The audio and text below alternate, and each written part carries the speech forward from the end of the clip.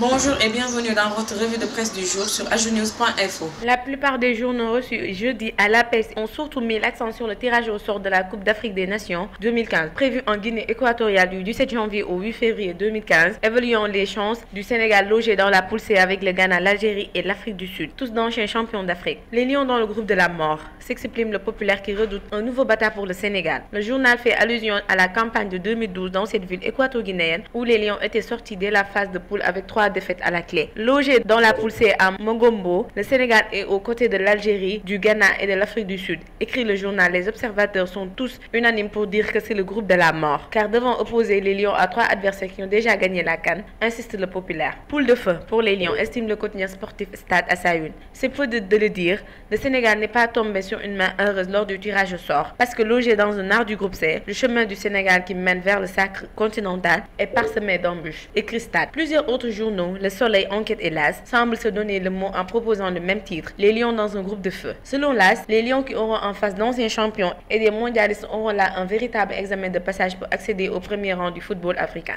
Le Soleil souligne qu'après le tirage au sol, il est difficile de trouver une seule équipe qui affiche le sourire béat de satisfaction et pour cause, cette compétition initialement prévue au Maroc a accouché de poules assez équilibrées dans l'ensemble. Pour sa part, l'As donne la parole au technicien Abdou Salam Lam qui affirme que le Sénégal peut rivaliser avec ses adversaires. Car cela ne tienne, Sud Quotidien soutient que les Lions ont hérité de gros cylindres en tirant 3 champions d'Afrique. Mais Wasport semble optimiste en écrivant à sa une que tout est possible. Le journal propose une recette pour sortir de cette poule de feu. Il faudra aux Lions d'être irréprochables sur toute la ligne pour mettre la main sur un des 2 tickets qualificatifs pour les quarts de finale, mentionne Wasport. Le journal Le Time partage le même optimisme en écrivant que la chance des Lions reste intacte. Le Sénégal, 4e meilleure équipe d'Afrique, classement FIFA novembre, derrière l'Algérie, la Tunisie et la Côte d'Ivoire, fait partie des favoris de cette CAN et devra faire valoir son rôle d'outsider et défendre carrément ses chances de gagner une finale de Coupe d'Afrique à l'instant de ses adversaires, explique le journal. Et à nos confrères, las de revenir sur la justice, audition dans les dossiers Mamadou Diop, Tombouale et Chérif Nao, le doyen des juges met en branle la machine. Et on revient sur l'Observateur, consommation de fonds politiques entre 2008 et 2012, 108 milliards de francs CFA pompés du Trésor, 48 milliards de francs CFA décaissés sans ordonnancement ni régularisation. Les finances, seul ministère épargné par les audits, le foncier à Dakar et les terres de Bambilor fouillées. C'était votre revue de presse du jour. Merci et bonne lecture.